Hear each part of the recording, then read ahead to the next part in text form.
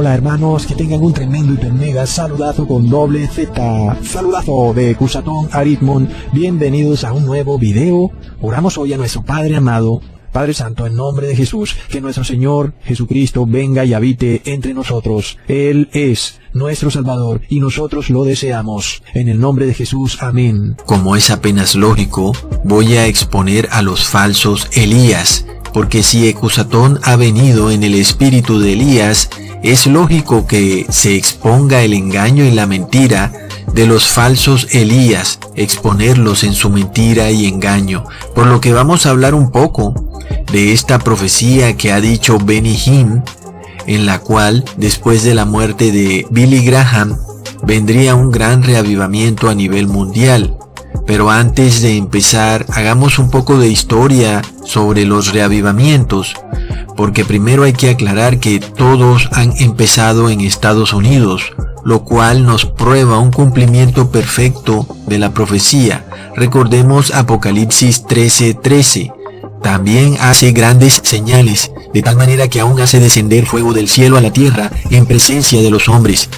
Así que la primera vez que vimos descender fuego del cielo a la tierra en presencia de los hombres fue en Estados Unidos, en este movimiento evangélico pentecostal llamado Reavivamientos de la calle Azusa, en la cual un pastor afroamericano llamado William Seymour inició este reavivamiento, donde la gente hablaba en lenguas extrañas, inentendibles, se tiraban al suelo en un trance, supuestamente llenas de un fuego, que ellos decían era fuego del Espíritu Santo. Eso ocurrió en el año 1906, y ahí se marcó el inicio de este movimiento evangélico pentecostal que hoy está regado por todo el mundo y con mayor fuerza en América, el que hoy conocemos como las iglesias evangélicas, las cuales en verdad hacen milagros, señales y maravillas, sanando enfermos y expulsando demonios.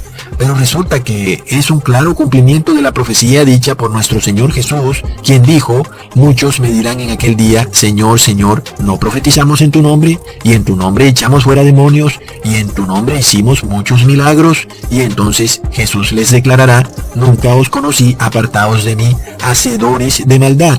Tres palabritas muy importantes: hacedores de maldad. Es decir, que a pesar de que estas personas hacían milagros e inclusive hasta echaban fuera demonios, en realidad eran hacedores de maldad. Y la maldad no es una palabra hueca, vacía. Sabemos que la palabra maldad la podemos enmarcar bajo un fundamento teórico, el cual es la violación de los mandamientos de Dios. Eso es la maldad. Punto. Pero vemos que estos falsos reavivamientos, los cuales se tomaron a Estados Unidos y a América entera, y el mundo también por supuesto, no es más que el cumplimiento de la profecía del falso profeta ante nuestros propios ojos, el cual también debería hacer señales en presencia de los hombres y también en presencia de la primera bestia. Y vemos cómo este falso profeta no solo hace estas señales, sino que también habla en lenguas que nadie entiende. Unas lenguas que nadie puede traducir, que nadie puede entender. Es como una torre de Babel viviente, en la cual nadie entiende qué es lo que dice el otro, pero están hablando en lenguas. En realidad están confundidos. Como su nombre lo dice, Babel es confusión. Hablar en lenguas inentendibles es una gran confusión de la torre de Babel, Babilonia. Pero también este falso profeta hace caer fuego del cielo, como muchas veces ellos mismos lo reconocen, usando las mismas exactas palabras. Pero recordemos cómo el profeta Elías reunió a todos los profetas de Baal en el monte Carmelo y retó a los profetas de Baal a que hicieran bajar fuego del cielo. Obviamente nunca pudieron, porque nuestro Dios Padre no se los permitió. Luego Elías oró al Señor y bajó fuego del cielo. Algunos entonces se confundirán, porque si Billy Graham o estos pastores que tienen estos reavivamientos hacen bajar fuego del cielo y Elías hizo bajar fuego del cielo, entonces algunos dirán que Billy Graham es Elías, porque Billy Graham también hace bajar fuego del cielo. Realmente es una gran confusión. El tema es que nuestro Dios Padre dijo: a esta generación adúltera señal no les será dada. Y ahí es donde también vemos que Benny Hinn ahora declara que la muerte de Billy Graham daría inicio a uno de los más grandes reavivamientos de los últimos tiempos. Pero resulta que el señor Billy Graham murió el 21 de agosto del 2018. ¿Y qué creen? El 23 de febrero del 2019, en un gran estadio, se realizó un gran reavivamiento. Supuestamente fueron 60,000 personas. y vemos aparentemente el cumplimiento de la profecía de Benny Hinn, quien dijo que justo después de la muerte de Billy Graham habría un gran reavivamiento. Justo el 23 de febrero del 2019 esto sucedió. Aparentemente ahí volvió a llover fuego del cielo. Recordemos sin embargo las palabras de Cristo: apartaos de mí, hacedores de maldad. Y aquí les muestro un video de Billy Graham honrando a un deportista porque se rehusó a correr en domingo. Y como ya les he explicado, si aún alguien no entiende, haré otro video explicándolo de nuevo. No hay en la Biblia, y escúchenlo muy claro, absolutamente ningún versículo que indique que los apóstoles se reunían en domingo de manera continua, ni tampoco de que Jesús haya abolido el día de reposo en sábado, porque este hace parte de los 10 mandamientos. Así que Jesús no abolió la ley, al contrario, vino a cumplirla. Hay una forma de escapar, y Dios te la provee si conoces a Cristo. Esas dos películas tuvieron un gran impacto en el mundo. La de 1982 se llamó Carrozas de Fuego.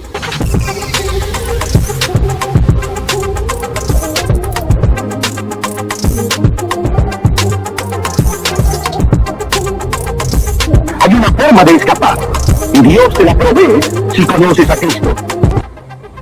Esas dos películas tuvieron un gran impacto en el mundo. La de 1982 se llamó Carrozas de Fuego, la historia de Eric Liddell, un joven que dijo no a sí mismo y sí a Cristo. Él sorprendió al mundo entero porque se rehusó a correr el domingo en 1924 en París en los Olímpicos. Ustedes saben que le dijo no hasta al príncipe de Gales, quien le pidió que corriera porque era el hombre más veloz de todo el mundo en los 100 metros. Pero él dijo que no, porque iba a hacer el domingo y eso estaba en contra de sus convicciones bíblicas. Y hace poco se conmemoró el 60º aniversario de la maravillosa victoria de Eric Liddell, porque él corrió los 400 metros, de los cuales nadie pensó que tenía oportunidad, y los ganó. E hicieron una gran película de su vida. Por tanto, vemos que a pesar de que estos pastores hacen milagros, en realidad son hacedores de maldad. Y si en aquella vez en el Monte Carmelo, Dios no le permitió a Lucifer bajar fuego del cielo a la tierra, ahora el Apocalipsis nos revela que en el final de los tiempos, Dios sí le va a permitir a Lucifer bajar fuego del cielo a la tierra, como está clarísimo en el Apocalipsis. Por tanto, no podemos decir que porque Billy Graham baja fuego del cielo a la tierra, entonces es Elías. No, porque el Apocalipsis no los previno desde un principio, que el falso profeta haría bajar fuego del cielo a la tierra. Y este fuego es lo que estas iglesias evangélicas locamente han llamado Espíritu Santo. Y sí, ahora vemos estas señales de este falso reavivamiento, iniciándose justo después de la muerte de Billy Graham. En realidad, Benny Hinn aparentemente sí profetizó. Nosotros sabemos que esta profecía, por tanto, no proviene de Dios, sino del falso profeta, tal como estaba descrito en la Biblia. Y este falso reavivamiento, en el cual el supuesto manto de Billy Graham debería ser transferido a alguien, que aún no sabemos quién será, pero Billy Graham, por tanto, no es Elías ni era Elías, y por tanto tampoco puede tener ningún manto, porque si leemos en la Biblia, Elías reprendía y redarguía al rey Acab, no como Billy Graham, que se sentaba muy feliz a comer y a beber con los reyes de la tierra. Pero Elías reprende a los gobernantes, porque así está escrito en la Biblia. Y sucedió que cuando el rey Acab vio a Elías, el rey le dijo: ¿eres tú el perturbador de Israel? ¿Qué tal? Elías es llamado alborotador, perturbador, alarmista. La gente le dice que Elías ve demonios por todas partes, que es un fanático. Pero así como aquella vez hace más de 3500 años, hoy de nuevo Elías les dice: yo no he perturbado a Israel, sino tú, rey Acab, y la casa de tu padre, porque han abandonado los mandamientos del Señor y han seguido a los Baales. Lo mismo sucede, por supuesto, con el pueblo. Ahora recordemos que Baal era el dios Sol, y el domingo es el día del Sol, porque así lo decretó el emperador Constantino en el año 321 después de Cristo. Así que de nuevo dice Elías: ¿hasta cuándo vacilaréis entre dos opiniones? Si el Señor es Dios, seguidle, y si Baal es Dios, seguidle a él. Así que hay una gran diferencia entre Dios Padre y Baal. Si sigues a Dios Padre, debes acatar sus mandamientos, incluyendo el reposo en el séptimo día, que es sábado. Y si quieres seguir a Baal, reposa entonces en domingo. Pero tomen una decisión pronto, ¿ok? Dejen de andar entre dos opiniones, o es uno o es lo otro, decídanse ya. Pero había otro asunto. En los tiempos del rey Acab, había una sequía. No llovía ni había rocío en la tierra, algo como un cambio climático. Una sequía también puede ser que no se encuentra a nadie que declare la verdadera palabra de Dios. Los modernos profetas de Baal han llamado a las sequías cambios climáticos, el cual según ellos se produce por la furia de la diosa naturaleza, como si estuviera viva. Tanto en aquella época como hoy había un asuntico con el clima, un cambio climático. Sucede que de repente hubo un cambio drástico. En vez de llover agua, llovió fuego del cielo. Y hoy en día, pronto, en vez de llover agua, también va a llover fuego del cielo. Con la diferencia de que en aquella época era para darle una señal al pueblo de Israel, y en esta época es para reprender a todos los adoradores de Baal, los cuales les lloverá fuego del cielo. Y esto no será para mostrarles señal, porque a esta generación adúltera señal no les será dada. Pero hay otro detalle entre este falso Elías llamado Billy Graham y el verdadero Elías que reprendía al rey Acab por su indecisión, mezclando la verdadera religión con cultos a Baales. Y el hecho era que el rey Acab había decidido casarse con una mujer hija del rey de los Sidonios, dice la Biblia. Y como si fuera poco, el rey Acab tomó por mujer a Jezabel, hija de Ed-Baal, rey de los Sidonios, y fue a servir a Baal y lo adoró. Pero qué cosas, ¿verdad? ¿Cómo podremos identificar hoy en día a la moderna Jezabel? Porque aquí vemos una unión marital que Dios Padre desaprueba. Un rey de Israel se casó con una mujer de otra nación que nuestro Dios Padre no aprobaba. De la misma manera, hoy en día, nuestro Dios Padre desaprueba que un rey se case con una iglesia, es decir, que establezca una unión de iglesia y Estado. Esto es algo que es repudiado por Dios Padre.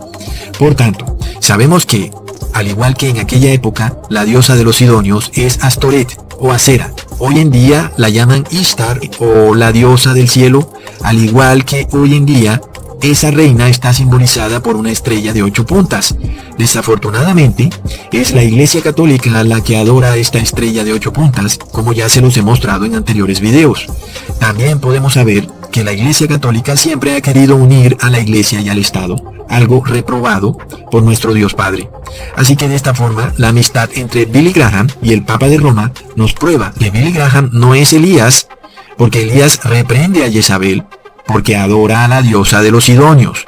Pero luego aparece este señor llamado Lou Engle, quien está proclamando este nuevo movimiento de reavivamiento supuestamente profético, llamado The Call o la llamada. También le dicen The Send, los enviados, quien también dice que este movimiento de reavivamiento es donde el profeta Billy Graham entregará el manto de Elías. Por tanto, a quien se lo entregue le dará una doble porción de su espíritu. ¡Wow!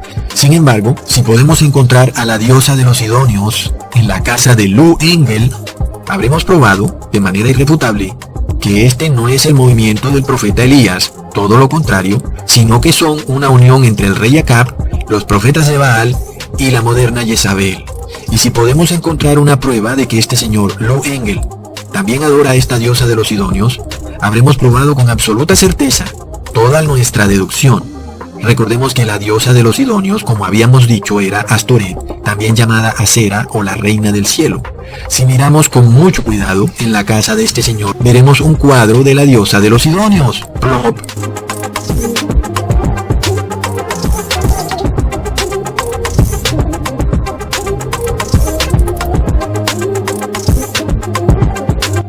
Es la misma Ishtar, Astoret, Inanna, la reina del cielo, adorada por los Sidonios a través de las edades. No hay nada nuevo bajo del sol. Por tanto, he probado de manera irrefutable que estos reavivamientos son un carnaval a Baal, o más bien un carnaval, de la misma forma que probamos lo descrito en el Apocalipsis, que dice sobre estas iglesias evangélicas que hacen milagros, señales y maravillas, y engañan a los moradores de la tierra con las señales que se les ha permitido hacer en presencia de la bestia.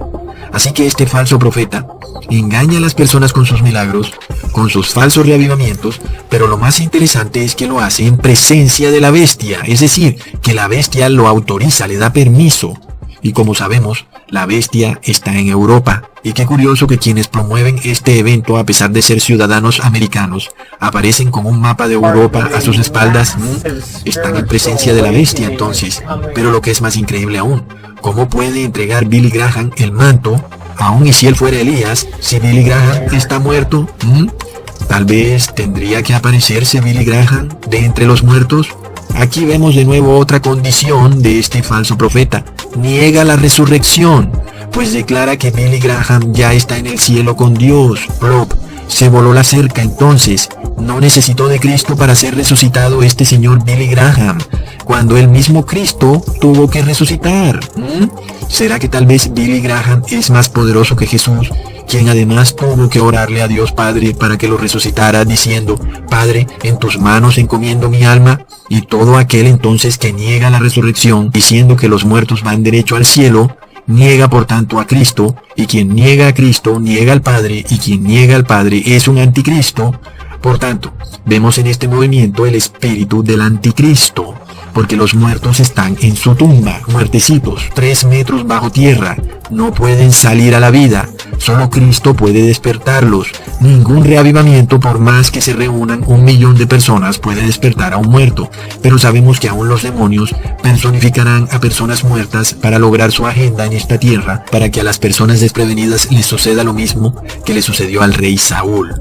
Pero esa es otra historia. Miremos nada más la muñeca de este señor Lou Engle, con una banda roja, claro símbolo de que es un cabalista practicante de la masonería. Miremoslo haciendo la señal del demonio Pazuzu, la X, claro que es practicante del ocultismo, como ya hemos expuesto a varios en este canal, de los que llevan un hilo rojo en su muñeca. De la misma manera vemos a este señor Billy Graham con su saludo masón, saludando al Papa de la Iglesia Ortodoxa de aquella época. Y en verdad no sé cómo en pleno siglo XXI hay gente tan ignorante para dejarse engañar por estos falsos reavivamientos. Según los líderes de este falso reavivamiento, estas personas se han quitado los zapatos alzándolos hacia el cielo, retomando un pasaje del profeta Isaías que dice: cuán hermosos son sobre los montes los pies del que trae buenas noticias. Y eso es lo que literalmente dicen ellos al quitarse los zapatos. Sin embargo, es muy interesante que no continúan con el versículo, pues lo que seguía era: cuán hermosos son los pies del que trae buenas noticias y proclama la paz. Porque entonces, de esta manera, escondiendo esta última parte del versículo, queda expuesta la verdad que hay detrás de este movimiento de falso reavivamiento, el cual no proclama la paz. Y por supuesto, lo vamos a probar de manera irrefutable, porque el que proclama el evangelio de la paz se lava los pies o los zapatos y luego se los pone aún más ceñidos que antes, como dice el apóstol Pablo, y calzados los pies con la disposición para proclamar el evangelio de la paz. Así que si ellos se quitan los zapatos, esta es una señal de que no viene paz al mundo y de que están despojados de la armadura de Dios para repeler los engaños del enemigo, para engañar inclusive hasta los elegidos a través de milagros, señales y maravillas. Y aunque por supuesto sabemos que estamos hablando simbólicamente, no es que ahora toque andar con zapatos muy amarrados para ser aprobados por nuestro Dios Padre, no. Por supuesto, amigos, estamos hablando en forma simbólica sobre este ritual que hicieron en ese estadio de Orlando el 23 de febrero, al quitarse los zapatos y alzarlos en lo alto, inclusive mostrándolos hacia el cielo. Por tanto, vamos a analizar bíblicamente qué significa quitarse los zapatos, porque les hablo espiritualmente, ok, y desde ya sabemos que quitarse los zapatos en la Biblia es una señal de humillación del hombre por ser pecador. Por supuesto, esta gente no estaba por ningún motivo humillados ni tristes, estaban muy contentos.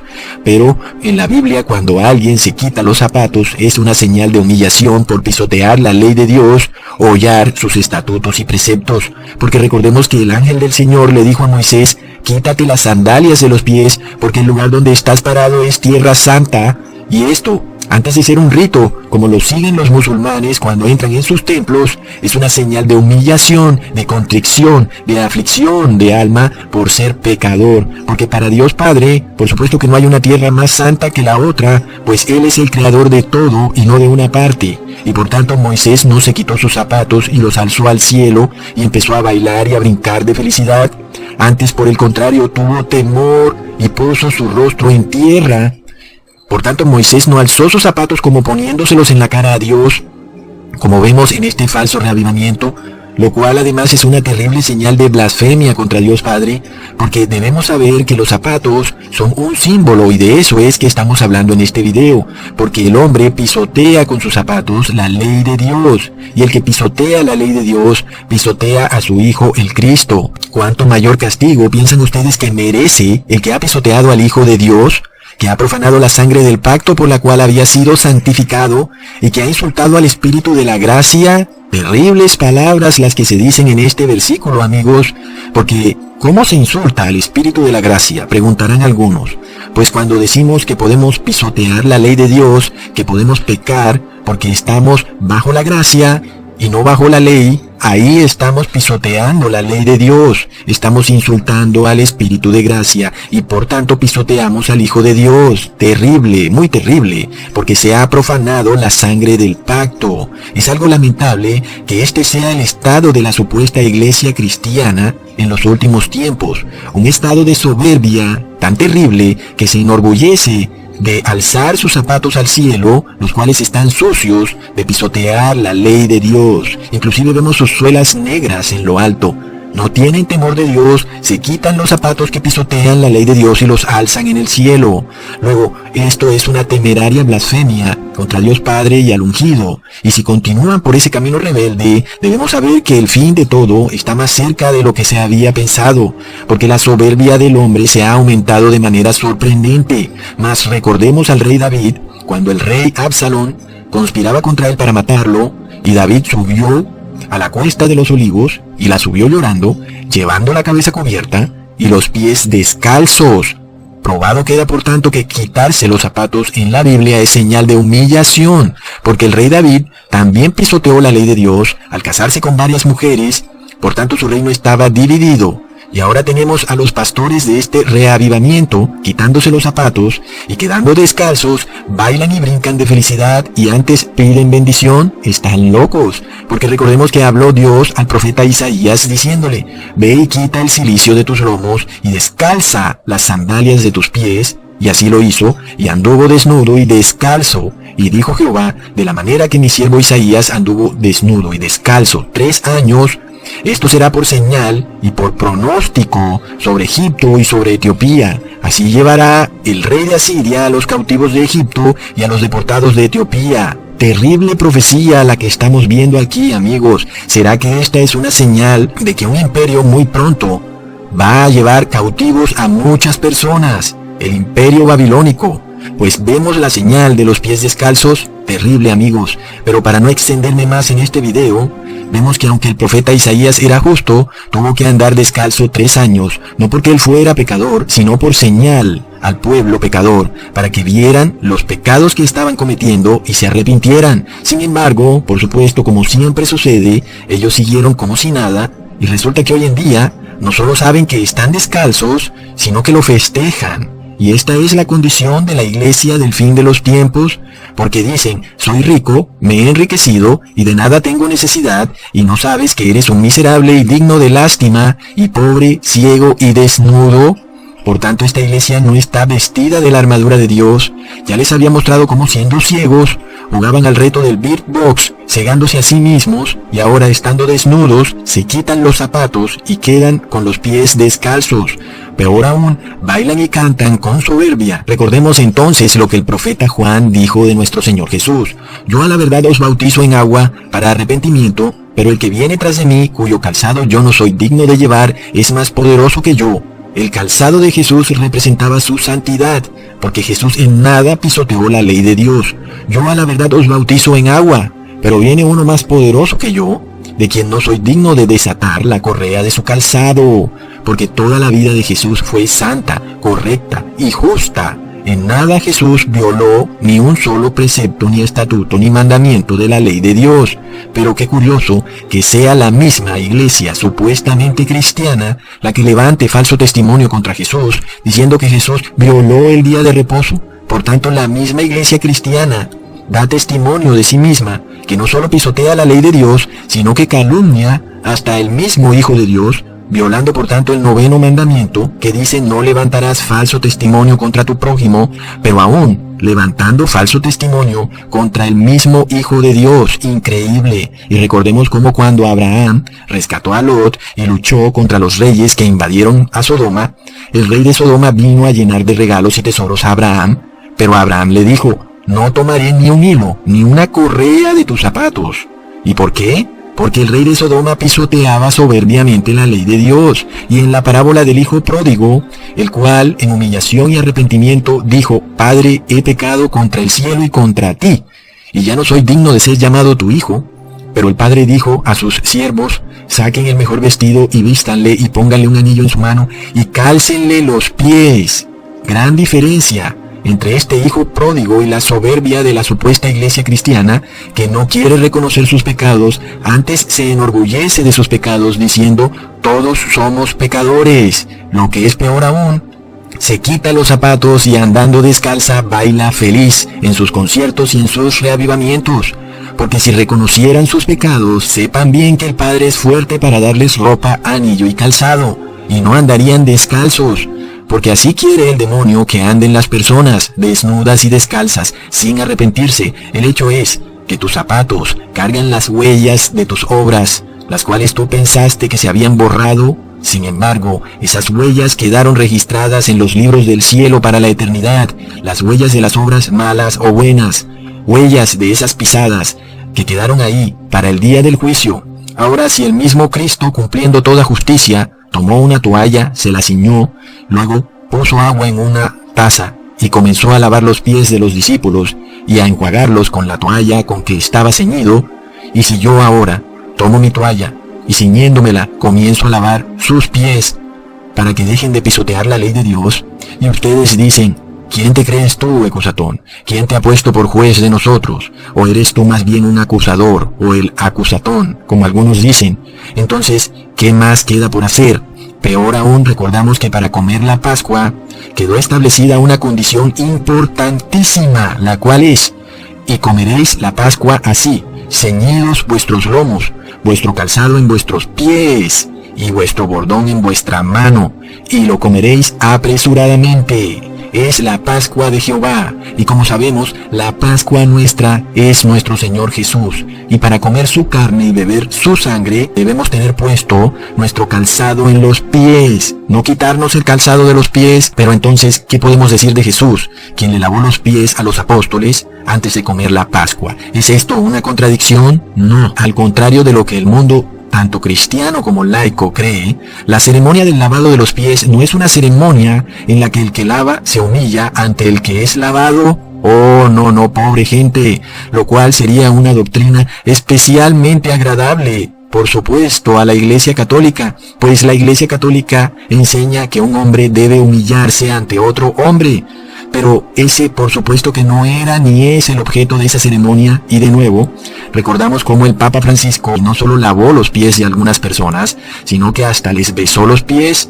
De nuevo vemos el error, porque no se puede besar el pie del pecador, pues es señal de aprobación al pecado. Vemos, por tanto, que la ceremonia de lavar los pies, por ningún motivo, es una ceremonia para aprobar el pecado, y tampoco para mostrarse humilde ante los demás, porque la iglesia cristiana ha tergiversado todo y ha tergiversado toda la palabra de Dios, amigos. De la misma manera, en este falso reavivamiento, sucedió que un hombre se tiró al piso a besarle los pies a otro pastor en señal de unidad y de paz. Aquí vemos que el hombre que besa los pies está besando los pies de aquel que pisotea soberbiamente la ley de Dios.